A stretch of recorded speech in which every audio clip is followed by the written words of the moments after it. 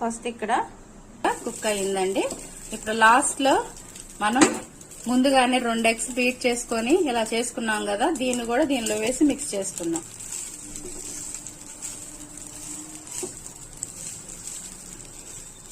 Egg pieces కూడా rice లో కలిసేటట్టుగా బాగా ఇలా తిప్పుకోండి. అంతేనండి, ఎంతో హెల్దీగా టేస్టీగా ఉన్న ఎగ్ ఫ్రైడ్ రైస్ రెడీ అయిపోయింది.